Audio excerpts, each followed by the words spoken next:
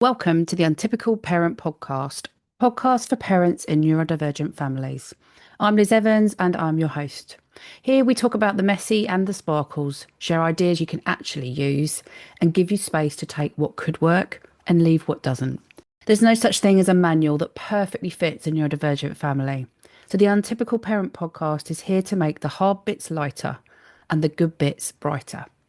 Welcome to your backup team. We've been expecting you. Sam, thank you ever so much for joining me on the Untypical Parent Podcast today. It is lovely to have you with us today. Thank you. Thank you for having me. I'm very excited to be here and talking to you today. It's been in the works for a little while, isn't it? It has. And I think we've had issues, as probably most parents do in neurodivergent families, of trying to get together and timings and organisation and who's busy and who's doing what, where, when. We have finally got there, Sam. We have got there. We made So it. I'm really delighted to have you here today. I'm really looking forward to today's conversation because it's something that I don't know a lot about and I really want to know a Mm, bit more. mm, But before we do that, mm. Sam, tell us a bit about you. Who are you? Yeah, so I'm Sam Milburn. My pronouns are she, her. I'm 42. I'm a late diagnosed ADHD. I was diagnosed ADHD at 41, just over a year ago now. Did what most ADHDers do and like deep dived into it, created my own podcast, started interviewing loads of other people who were in their 40s with ADHD. Hyper focused on that for about a year.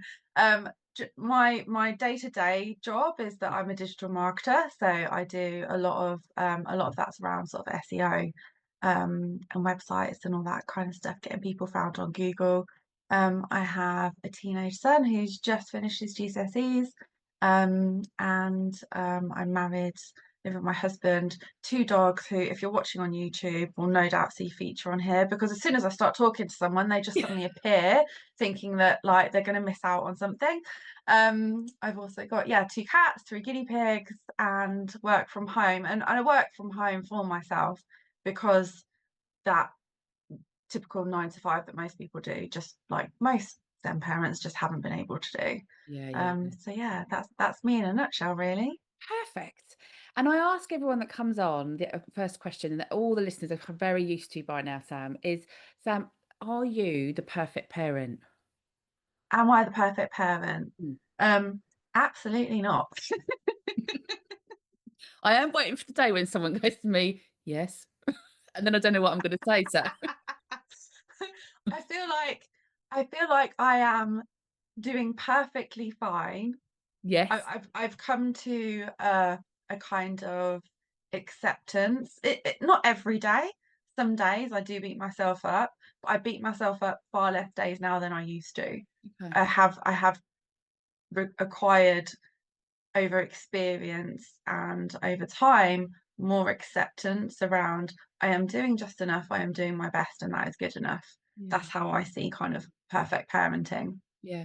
And it takes a while to get to that point, doesn't it? It's taken, like Mm, my kids are, I've got two boys and one's 13 and one's 15. And it's yeah, taken me up until quite recently, I think, to be able to yes, say, do you know what? Jog on everyone else. I'm yeah, doing what I can, the best way that I can, and I'm doing all right. But that's taken yeah, a long time. I've quite like you absolutely. beaten myself up a lot about it. Mm. Yeah, yeah, and yeah, and there's things that I look back on, especially when he was younger, and go, oh my God, why did I do that? Why did I do that? And all of those things are because society expects you to parent and talk to your children and discipline them in a particular way, and you think you're just following those rules, and it's not working, and it's only later on that you come to those realizations yourself.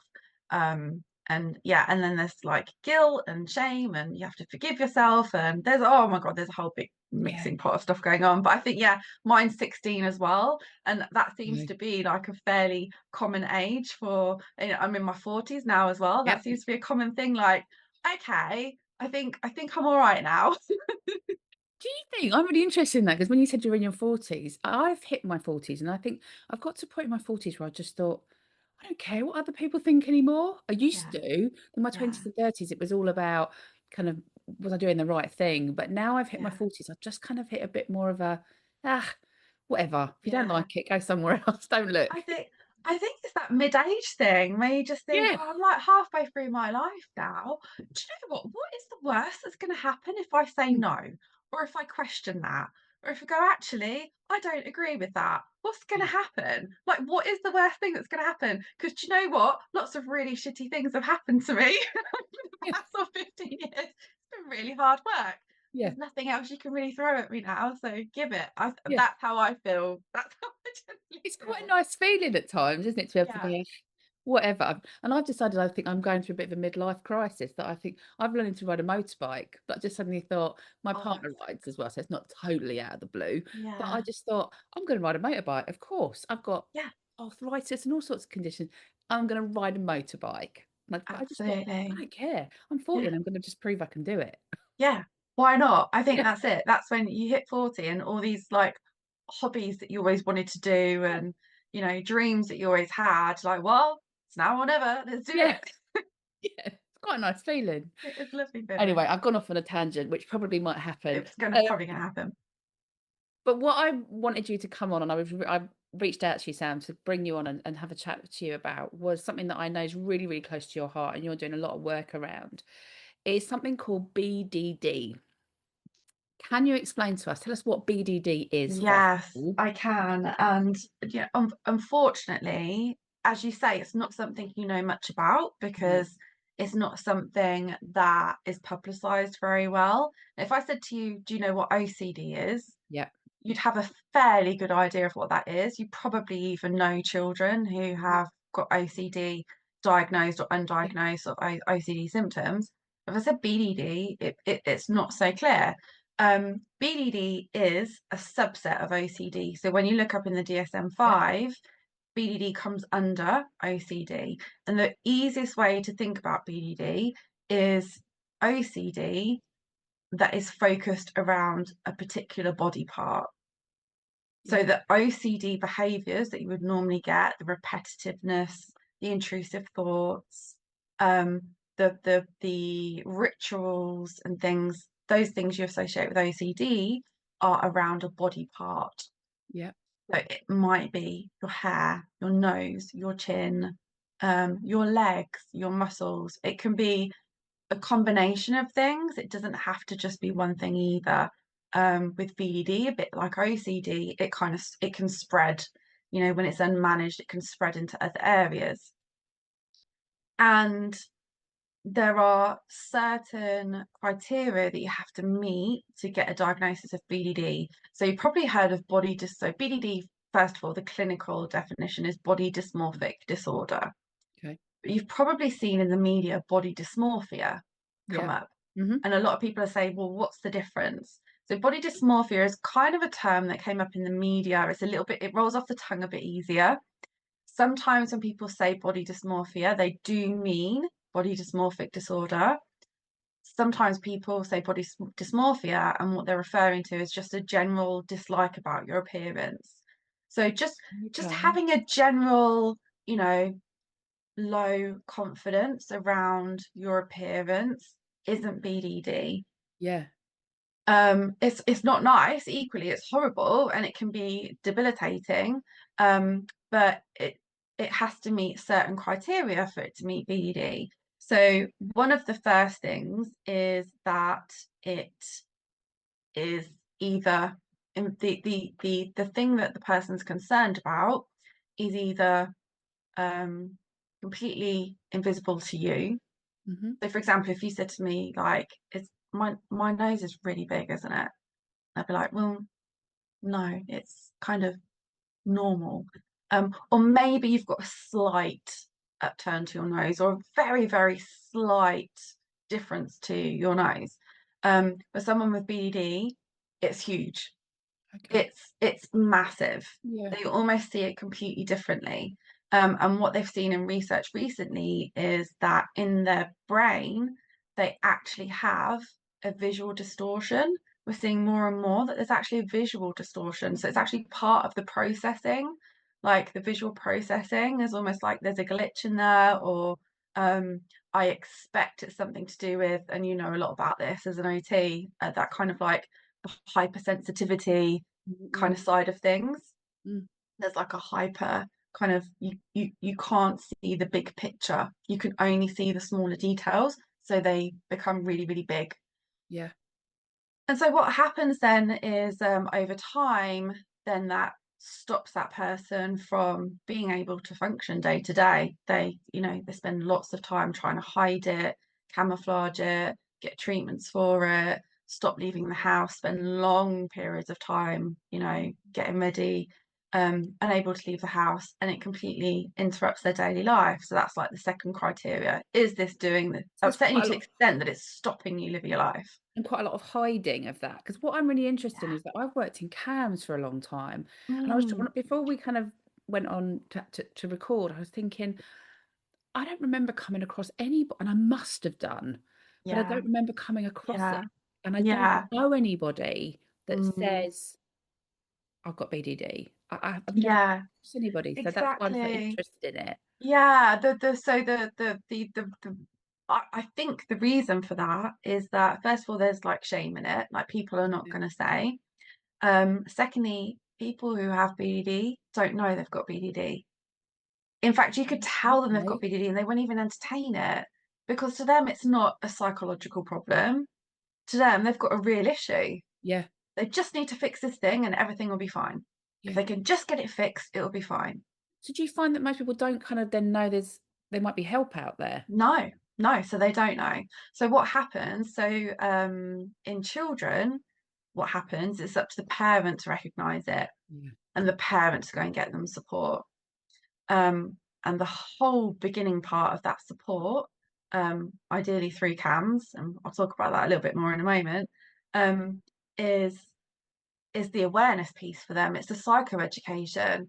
It's even just getting them to a point where they at least just kind of understand what's going on and are open to the fact, okay, maybe you might be wrong here. Maybe there's a very small chance that actually this thing isn't going to go away no matter how much you try and fix it. And how about we try this route? Okay. And and so that's the way a practitioner should, in simple terms, be coming Yeah. at it with a child. Yeah. Um, It's estimated that about 70% of cases are onset before the age of 18. It usually happens in adolescence. It starts in Okay. adolescence. So this is why I'm an advocate for it, because if you can spot it early on, you can treat it early and it doesn't take so much of a hold and you've got a better, quicker chance of success because you can go from very quickly thinking your child's displaying awkward teenage behaviours about their appearance, and you might not even know what it is they're worried about. They might not be sharing with you that it's about a particular body part. You might just think, oh, they just keep getting upset about how they look. It's teenage behaviour. Yeah. To suddenly them not leaving the house. So I was going to say to you, how as a parent, how did you recognize it, Sam? Because I presume until this happened for within your family, Yeah, you didn't know about yeah, it? Did you know about it yeah. before? For me, yeah. So for me, so I do. So this is where I believe it's linked to neurodivergency. Someone in my family does have it.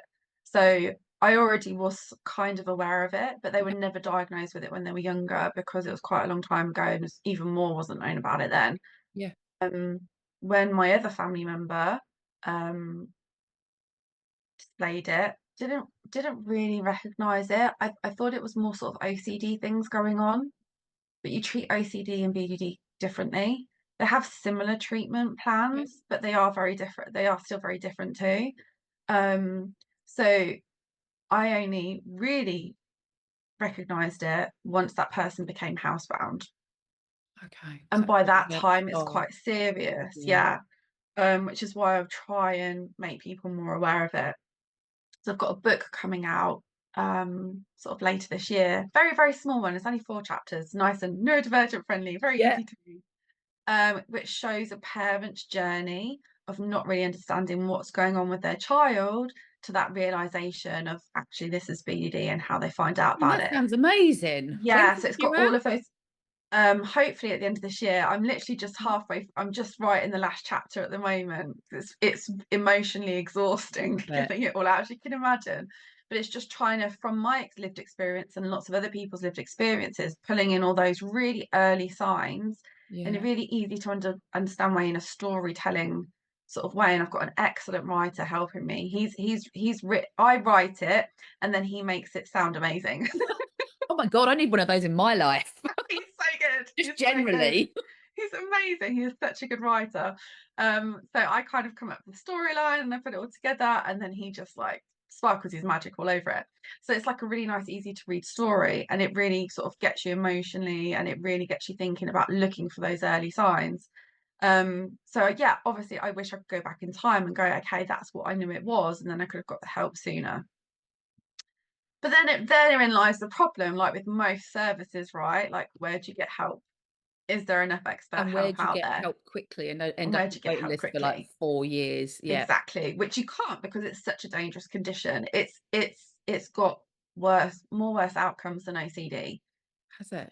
Yeah, in terms of, yeah, Wow. not very nice things. Yeah, yeah. So it does need recognizing.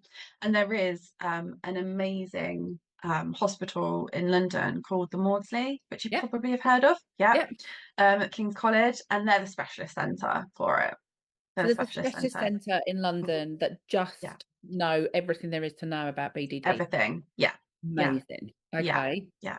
But we need more of that, I would We imagine. There's need not more of any that, yeah, down because the country. that's not up and down the country. Yeah. So local CAMHS services, from all of the people I've spoken to up Mm. and down the country, the clinicians there have got very, very little experience of it, if any at all. They tend to give them kind of blocks of, okay, we'll try 8 weeks of therapy, and then they kind of try and go, they seem to go through this timeline of how the therapy works, whereas it can take a year or more. Like, you need to go at the person's pace, like Mm. where they are in terms of what they understand about it. And then yeah, it's out of the box, watered down. It's an out of the box, watered down version of what they should be getting, Do in they my often get opinion. misdiagnosed, Sam? Yeah, yeah. So, yeah, agoraphobia, obviously, because of not leaving Yeah, the yeah, because they're not going house. out. Yeah, okay. Um, and also because those people who you speak to first, usually when you speak to CAMHS, you're not directly on the line to a psychiatrist, right? You're normally Yeah, no. talking to Yeah. someone else who doesn't know this stuff. So they're almost kind of going down the route of, yeah, it sounds like agoraphobia, or yeah, that sounds very OCD or whatever. So and I know that some parents find it really, really difficult just to get an appointment with a psychiatrist, because CAMHS, I've got parents in my group who have got children who don't even have a diagnosis yet. They're like, I'm screaming at them, telling them this is BDD, yet it's going to be 4 months before they even get a diagnosis with a psychiatrist. I haven't got a psychiatrist appointment for 4 months. So they're not going to get any treatment, they're not getting any medication. I don't know what to do. And then 4 months is a long time. People, Yeah. kids can really spiral in that time. Yeah. And that's really Um, scary as a parent, isn't it? When you sit yeah. in that bit, when you feel Yeah. like, what do I do? And I've still got this child and I've got to Mm, keep them safe. And I don't know absolutely. actually what it is I potentially could be dealing with. I think this is what it could be, but we often Yeah. we need that kind of recognition, don't we, from a professional that comes along and says, yes, tick, that's what it is. Yeah. Um, Yeah. And then you know what to do once you know what you're dealing with, yeah. because there could be other things going on, and you need to be aware. Eating disorders can be very closely linked with it. Okay. And I think generally, try and eat clinicians will try and treat the eating disorder Yeah. before they come onto the BDD side of it. And and as a parent, some of the things that you think are helping them are actually making them worse, because all we want to do is protect our babies and look after them and make things easy for them. And like with OCD, like if you think of it from an OCD point of view, you'll probably know that, you know, you feed those behaviors by constantly giving them what they need. That OCD, you make that monster bigger, right? By Mm. giving in to all of those things that person's asking you to do to help them with their OCD. But then if you don't do that, then it's very traumatic and stressful for them too. Yeah. So you're stuck in this middle of like, I know I'm making it worse, but I don't know what else to do. Mm. And so there's no support for parents either, Mm. because as a parent, you become the therapist. you become their 24/7. Okay, I'm in charge, I have to navigate this situation. Mm. All they do is go and see someone for an hour and then they come home and you have to do the rest. So yeah, there's a lot out there. The good news is at the moment, they are completely revamping the NICE guidelines for OCD and BDD.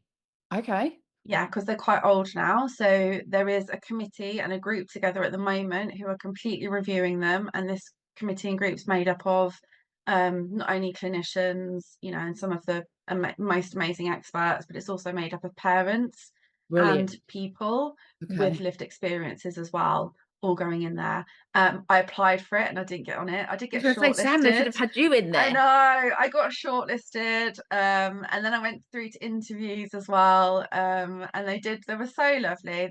They told me that I did really, really well, and it was a really, really hard decision, because they had so many amazing people in there. And I was like, well, obviously not because you haven't got me Yeah. in there. But um, but there are other forums and things that I can get involved in to give my opinion forward. But as part of the process, I was able to tell them like what did I think were the top three things that needed fixing in the system. So all of that's gone in there.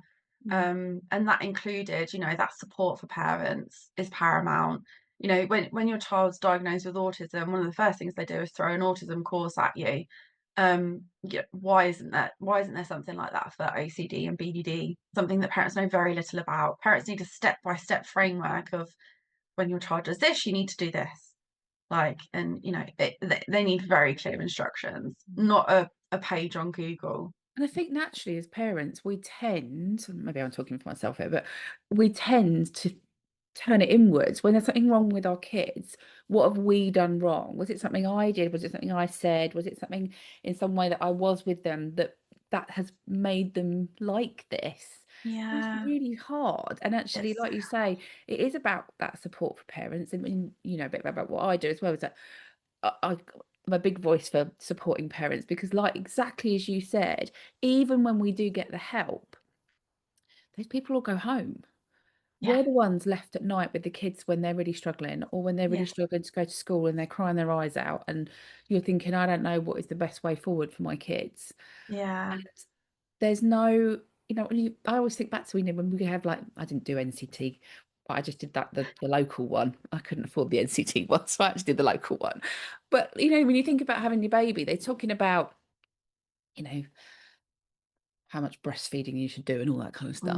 Mm, But actually, there's nothing in there. I mean, there wasn't 15 years ago. But anyway, about parenting and what no. parenting might look like and feel like and be like and the stresses and where you can get support. And actually, I think there's a massive area that's missing. That's Mm, not even when we get down the routes of our kids having very specific needs, mm, then it becomes yeah. even more challenging and even more lonely as a parent and scary as a parent. Yeah, yeah, definitely, definitely. And when I've got a Facebook group, that people just, parents obviously out there looking for information, looking for other parents in the same boat, find us on Facebook. And some of them worry that like, did I create this? Did I why did this start? Why has this happened to my child? Like why? And the really important thing to remember, especially if someone's listening to this thinking, "Oh my God, this sounds really familiar," is it's not your fault. There's not one thing that pinpoints it. It's like with most things, it's a big melting pot of stuff. Yeah. So of course, there's probably some susceptibility there to having those kind of repetitive, intrusive thoughts that then turn into the OCD or BDD, whatever we're talking about. um, and it can be that someone said something about their appearance when they were quite young that then stuck in their mind and became intrusive and went over and over and over again. But some children are teased about certain things and it never turns into BDD. So it has to be like it's almost like this perfect storm, and it's obviously not a perfect storm, of things for it to happen. So Mm. it's never just one thing that you did. So yeah, that's the hardest thing to come to terms with. There is a lot of you give yourself so much blame for it. It's hard. Parents, we just naturally do that, don't we? As Oh, soon we as do they're with born. everything, don't Yeah, we? yeah. No one warns you about that bit before they're born. No, I'm thinking no. about having kids. Well, can I just let you know? it completely changes your brain makeup, your DNA, everything about you becomes about this child and how to make sure their life is perfect forever. And if it's not perfect, it's all your fault and you're a terrible Yes. parent. Yes. That's how you feel. Yeah, That's and the it's not until you get narrative. way into your 40s that you start going, Yeah. "Hang on a minute." 20 years' time, you'll be absolutely fine. Oh, Yeah, dear. it's sad, isn't it? Thinking about it then, Sam, thinking about BDD, Mm, are there kind of any specific things that a parent kind of could look out for? Like, I suppose I'm linking into your book a little bit there. I'll make yeah, sure we put links for Sam so everyone can find that as well, and we'll yeah, link to your yeah, group as well, yeah, in the show notes. But I'm just wondering if there are any kind of like, if there's a parent out there listening and they're thinking, "Oh, I'm not sure." yeah. Do you have any markers that you think actually these would make you think, go and have a look at this and have maybe research this a bit? Yeah, absolutely. So I think the first thing is, when your child starts to become a little bit, so this is without even noticing that they're checking things, is are they acting strange? Are they slightly withdrawn? Are they starting not to see their friends again? That's usually the first step. You think, oh, what's going on? They don't want to go and play out with so and so. Someone's come and knocked for them. They don't want to leave the house. And often our immediate thought is, oh, what's going on at school? Like, are they being bullied? Yeah. Like, what's happening? Hmm. So I think the first most subtle thing is like they just seem a little bit depressed Hmm. and you don't know why. Because all those other little things they're going to hide from you. They're not really going to share that immediately. Um, so look out for that. The next thing is that kind of hiding away, Yeah. and spending a long time in the mirror. If you Okay. catching them like spending a long time doing that, you might not see what they're doing or notice what they're doing. Looking at reflections everywhere they go, Yeah. windows, car windows. Um, you'll notice that. You'll start to just notice them Mm. keep catching themselves. Um, and the next one, which it seems obvious, and not everyone experiences this, but this is when you start to think, oh, it's just teenage behavior. Some children will be constantly asking for reassurance. Yeah. Does my skin look okay today? Does it look clear? Can you see those spots? Can you see them? No, Mm. okay. And and then coming back an hour later, can you see them now? Like, have they got, and like, and just that constant asking over and over again, and you'll be constantly saying, "Yeah, it's fine, it's fine, it's fine, it's fine. You're beautiful. Like, you're beautiful. Don't worry, it's fine, it's fine." Um, and that will start to escalate. So just watching out for those asking for reassurance Yeah. about certain things. And that's tricky because that can just be completely natural and normal. Like I do it, like we all do it, Yeah. you know. But it's when it just starts to become a little bit unusual, a little bit repetitive, Yeah. Yeah. then keep an eye on it. Okay. Um, and then I guess the next thing after that is if that becomes more repetitive and you notice that they're stopping doing things Yeah. because of it, then I'd seriously consider, okay, we're probably in BDD territory here. Maybe there's more going on here than they're actually letting on about. Mm. Because some children could be really, really hiding about it. They might have, especially if they're a teenager and they have access to their own money and stuff, you might notice that they've been buying every single cream on the market, or they're asking you for really expensive things. Or they start asking questions about cosmetic surgery, or you'll see that they're researching cosmetic surgery and things like that. Yeah. Yeah. That's when it could be, yeah, could be BDD. Okay. So look out for those things. That's, and I suppose that's hard as well, isn't it? Because some of those Mm, cross over into other additional needs that people might have, and other mm, diagnoses. So trying to mm, tease that out when we're mm.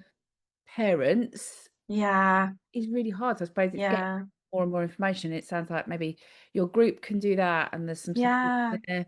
absolutely. And I think if you're concerned about any of those kind of behaviors around your child, then the first step is always to sort of get a referral to CAMHS, right? Either through the school or through your GP, and say you're concerned, and what CAMHS will be looking for, and you'll probably be able to advise on this as well. But I always say to people, just make it very, very clear that this is really disturbing their life, their social life, their school life, even if they've only missed a couple of days of school from it, that's still something to be concerned about. Just make it very, very clear, because that tends to be the one thing that they'll then action and take more seriously. Mm-hmm.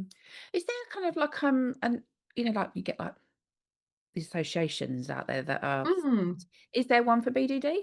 There is. It's called the BDD Foundation. So Lovely. it's the Okay. only charity that is completely dedicated to BDD. It's based in the UK. They've got very close links with the Maudsley as well. Their website, I've got a website, but their website is just absolutely jam-packed with information. So it's got downloads for teachers. So if you're a teacher listening and you want to look out for this in your students, it's got downloads for parents. It's even got pages for children as well. So it's got pages for youth. Yeah. So if you have got to the point where your child is saying to you, like, this, I can't stop thinking about this, I think there's something wrong, and they're open to it, they can go and have a little read up on it. One thing I'd say is, like, when you suspect your child might have BDD, just confronting them about it and saying, "Oh, I think you've got BDD," and then shoving a load of stuff in their face is gonna, like, cause some friction. Funny enough, I was But just going to say to you, Sam, how do you have these conversations with the kids? yeah, so the conversations around BDD, I'm really info dumping everything on you, aren't I, today? That's okay. We need it. The conversations around BDD will always start with, especially when obviously, they're not they're not self-aware. So there's different levels of self-awareness. So you think they've got no self-awareness of that anything's wrong. They think that this is all them. Is you're more focused on what this thing that's happening to them is stopping them from doing. Like, I can see that what's happening right now with this whole you spending lots of time here in the bathroom, you wanting me to buy you all these different things to try and make this better. I can see it's really upsetting you, and it's stopping you from going to your dance classes or seeing your friends or having your sleepovers, and it's stopping you going to school. And I know you really want to go to school, and I know you're getting really upset and you really want to leave. Um, I think there's something deeper going on here, and I would love if we went and explored that together. Mm. Like, I think I know what it might be, but, like, we can talk about that if you want, but maybe we should just go and see somebody and see if we can figure out what's going on. And I suppose there Um, must be a big bit in there as well about reassuring them that it's not their fault. yeah, This isn't anything, there's nothing wrong with you. yeah, Then you're not weird or anything like that, which lots of yeah, kids will throw at you. And we can, our own self-talk as well. There's something yeah, wrong with me. As actually, yeah, this is just, absolutely. this isn't anyone's fault. But I think Yeah, this is where, we could go and get some more information, or, how do we go about this? And I can support you through it. yeah, yeah, absolutely. It's about doing it together and holding their hand and making them feel safe. Yeah. And that no one's going to try and tell them to do anything that they don't want to do. No one's going to try and convince them of anything. It's literally just a bit of an exploration to see if we can find out what's going on, and try and, with the purpose of making them feel better, Yeah. um, because they will keep pushing for the thing to be fixed, Yeah. you know, Because I think that's the answer. because they think that's the answer, and they will keep pushing for reassurance for you to tell them that they look fine. Mm. And the trouble with that is when they're constantly going, does this look okay? Does this look okay? And you're constantly giving in and buying all those things for them, you're kind of feeding it. That's Yeah. the really sad thing. So we just want to say, you're beautiful, you look amazing. And they're just like, no, you're lying to me. You're just saying that to make me feel better. That's just what goes on. Like, that is just the argument over and over and over again. Mm. So the general advice from all the, from me, practitioners, experts, is kind of like, look, we've been here before. We keep covering this ground over and over again, and me keep trying to convince you or something is just not working. It's just not making you feel better. So let's take a step away and let's go and do something else. Do Yeah. you want to? I can see you're feeling really shit right now. You look really, just come here, come and have a cuddle on the sofa. Let's watch a film together. Yeah. Like, what do they love doing at home? Just to, it's really hard in the moment because you want to fix it, but what you actually want to do is just get some serotonin back in there because they are really low on it. They are really down Oh, and depressed. okay. That's Yeah, part of it. so you really want to try and just get them feeling good again Mm, away from that. mm. Um, Do you often find with the BDD, it coincides alongside other diagnoses, or does it sit very much on its own? And Yeah, so I had, interestingly, so there's like a national BDD conference, like a worldwide one, and I was at it, an online one. I was at it a few months ago, and I spoke to one of the clinicians in her group there, and yeah, I said to her, I said, I've spoken to the Maudsley, spoken to one of the clinicians at the Maudsley, and they said that they see like 90% of the cases are like neurodivergent children. well, that's high. Yeah. And I said to the lady over in America, do you see that with your cases? And she has adults. And she said, interestingly, no, I haven't really noticed that correlation. But I wonder if that's because they're adults and perhaps undiagnosed. Yeah, possibly. Whereas with children, we're a little Yeah, bit more savvy to it, a little bit more up yeah, on yeah, it. yeah, yeah, Um, I think there is. yeah. It certainly is in my family. Okay. And I see a high prevalence of it in the families that I speak to as well. Yeah. So that's why I tend to talk a lot in neurodivergent groups as well, people with neurodivergent children. Mm. My own opinions on this, I have no research on it whatsoever. But from what I see, and my opinions on it is like hyper focus. I feel like it's a hyper focus, visual, sensory processing. It's Yeah, all yeah. about processing, that kind of stuff. That's so I interesting. think it's all mixed in with that. Oh, you could get quite a lot of OTs that might listen to this and go, I need to talk to them. Because it's My brain's going, this is kind of making a bit of sense. Okay. Yeah, Yeah, yeah. link. Yeah. I'm sure with OCD it's very similar. Yeah. So yeah, I honestly think that's there. And when I spoke to the keynote speaker, the American lady, I forget her name. I'm terrible with names. Me too. She said like that would be a really interesting research if you were prepared to do it. So I was like, Come it's on, on my Sam. list. When are I you going to need do to do that in some your spare research. time? In your I spare time, surely you can squeeze in a research project. I don't even know how to do it properly, so it's all above board and legit. I need to research that first. Although I do know, I did used to have a client actually who is a scientist who does scientific research, so she will know all of the, like, I So don't know, a bit thresholds like and things. you've got your guy that's sprinkling magic on your writing. You Yeah, could have someone yeah, that could sprinkle some magic on your yeah, on the research. research, yeah. Because if I did it, I'd want it to be, Yeah. watertight. Yeah. So it'd be good research to maybe, yeah, do with the How Maudsley, interesting. and I've obviously got contacts with other BDD therapists all over the world, and just get some feedback from them. How amazing. Yeah, that would be really I'll be looking interesting. forward to hearing about that, Sam. I'm going to keep an eye out and see when you're going to get that done. Yeah. If there is a parent out there, Sam, that is thinking, do you know what, we're having a really hard time at home. I'm quite worried about my young person at home, and Mm, I I don't know what to do, and I mm, possibly could maybe think it this is BDD. What mm. would be your piece of advice to them? So I would say my first piece of advice is go to the BDD Foundation. Hmm. There's a screening report on their screening that you can do. Okay. So fill that in and it will tell you the likelihood. Um, Print off the information from there. Go to see the GP. If they're under CAMHS already, through, maybe you've had other diagnosis with CAMHS and you've got a connection with CAMHS, you go to CAMHS. If you've never been to CAMHS before, go to your GP so they can refer you. Yeah. Or even your school, actually. I think your school can still refer you to CAMHS as well.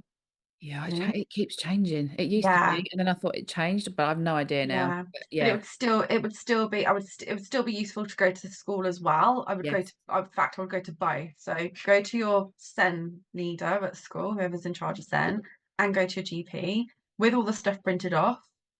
Tell them that you think this is what's going on with your child. So don't take your child with you. I would do this yourself in the first instance. Tell them you're concerned. Reiterate the fact that they're missing seeing their friends, they're depressed, they're withdrawn, and that you've done the screening and you think it's this, so that you can get that initial referral to a psychiatrist. You want to get to see a psychiatrist so you can get that diagnosis. Yeah. Once you've got the diagnosis, they can go on medication. And the reason I say like medication so quickly, and I know a lot of people are like, what, medication straight away? What, don't you do therapy first? The recommended route for BDD is medication alongside therapy. Okay. Because it's such a severe condition, the medication, it's usually like SSRI, so Besides fluoxetine. anti-anxiety type. Yeah. It just takes the edge off to allow them to access the therapy. Yeah. And it's a personal decision for everybody. I'm not saying you have to do it. No one is going to, your child's not going to be forced to go on it. You're not going to be forced to go down that route. It's completely up to them. And when they do go on it, they titrate them on it very slowly. They keep a very good eye on them. But that is the recommendation. So they will probably, but again, it depends on the severity. So your psychiatrist might not recommend that straight away. Depending on how severe the BDD is, they might first recommend some CBT. But essentially what tends to happen in my experience is that BDD is usually never really just mild. It's usually quite severe. If a child's not going out and not doing things, it's really impacting them. And so when CAMHS offer you a therapist, ask all the questions. And again, on the BDD Foundation, there's a really good page that that tells you what questions to ask your therapist. Amazing. Because you want to know that they've got that BDD experience. And if your child is autistic, make sure they've got that combination of experience, because CBT with an autistic person needs to be accommodated and adapted. Yes. Liz is nodding her head like really big time. So big time. But it's scary. It's scary how many people still out there say CBT for autistic people, and it's not in any way adapted for them. And they just come out and go, what? My son was given CBT. It was he just didn't get it. He was just like, what are you talking about? Yeah, just does not compute. And you can completely understand why. That's another whole podcast. Yes. And then the other one's called ERP, and this is the thing that most CAMHS clinicians are not qualified in. ERP. I've never heard of it. Exposure response prevention. Okay. So they use it with OCD and BDD, and that's where you basically expose yourself to the things you do not like. Yeah. So for example, if you think about an OCD, we talk about OCD for a minute. So think about an OCD hospital. I saw one recently. They would use maybe the toilet as part of their therapy. Yeah. Like, can you touch the toilet? And how is that going to feel? So they feel the anxiety, and then they feel the anxiety leave. Yeah. And they understand that actually those intrusive thoughts and anxiety, they're not going to be forever. They do dissipate. Yeah. Because they're constantly avoiding. Yeah. And so again, so that sounds like that could be quite traumatic, right? And it could be in the wrong hands. So again, incredibly, right? And there'll be a lot of parents out there probably that have got maybe autistic kids that have been told, and Heidi Maver talks about it, doesn't it? Come and touch the gate. Yeah. Not going to help. Yeah, exactly. Yeah. You can't, when you get to that, so ERP is like one of those later stages when they've got the awareness of what's going on, and they feel safe and supported with their therapist. Then they start ERP. And I suppose as well in and around that kind of coping strategy, so that when your anxiety goes up is how you manage that. And it's not just a case of we just flood them with a horrible experience. It's not flooding. Hope that eventually what happens when we do that is our core sensory system goes to shut down. Absolutely. They're Yeah. going to have a ladder, of Yeah. stuff that they're going to agree with a therapist of like, okay, this is where we're going to start. Mm. How does that feel? Okay, I think I can probably manage that. So, and there's a very specific process and it'll be different for all of them, be completely different for all of them. It should be very tailored to that child. Yeah. And this is why we have the Maudsley, because they are hugely specialists in that. Just Mm. anyone listening to this couldn't, I'm sure, understand how complex and nuanced and how specialist that area is. I know psychologists, clinical psychologists who have trained in this, who don't actually provide that and won't provide it because they've done it and found it can be very stressful for psychologists as well. You have to be a very certain type of person Yeah. to do this therapy, carry out this therapy. So you can see and understand why CAMHS have trouble doing Mm. this, because what they tend to do is give the children CBT, Okay. and that alone Yeah. isn't usually enough. Yeah. It might make them feel better for a bit, but the Mm. BDD's never actually really gone, Yeah. and they end up relapsing and they end up back to naughty. So you might find, sorry if you can hear my dog barking, you might find that your local CAMHS will tell you that your child has to take part in some therapy with them before they would do a referral to the Maudsley. Because in an ideal world, every single child would go straight to the Maudsley. That would be They'd my be ideal and world. they'd be so overwhelmed. Yeah. Yeah. Yeah, Yeah. there's already a waiting list of nearly a year. Yeah. So my recommendation is like, can we just get on the waiting list? I know the waiting list is about a year. So while they're undergoing like 3 months of CBT with you, can they get on the waiting list? Because if they get to the top of the waiting list and everything's fine, that's fine. They can just Mm. come off, surely. Yeah. So I would try and have that conversation with CAMHS just to get them on the waiting list. Yeah. Because then even once they've been assessed, there's still probably about 4 or 5 months before they can start therapy with the Maudsley. So it's quite a long process to get them with the Maudsley, because they deal with the most severest of cases, and like I say, they're overloaded. So again, hopefully these nice guideline reviews are gonna I would hope, I really want the government to put in place the, having more trained BDD clinician experts at the Maudsley that can then go out to CAMHS up and down the country. I mean, how Yeah. amazing would that be? Yeah. Um, And you like you know, said, I think right at the beginning when we first started talking, it's about that education, isn't it? And getting people to know more about it, understand more about it, and know what to do about it. yeah. And And when you get that education, things become, you just look at ADHD. Once yeah, you have education about a certain, a diagnosis of something that people have been struggling for years. My family member has struggled with BDD for years, didn't know what it was, and has been diagnosed with depression, anxiety. Now they know what it is. As soon as you get understanding, services become overwhelmed. It doesn't keep up. The services don't keep up with the level of understanding that we have. And that isn't overdiagnosis. That just means we understand better, we're more aware. So Mm. now we need more services to meet up with demand so that we can help people. Yeah. Yeah. Sam, thank you ever so much for coming on.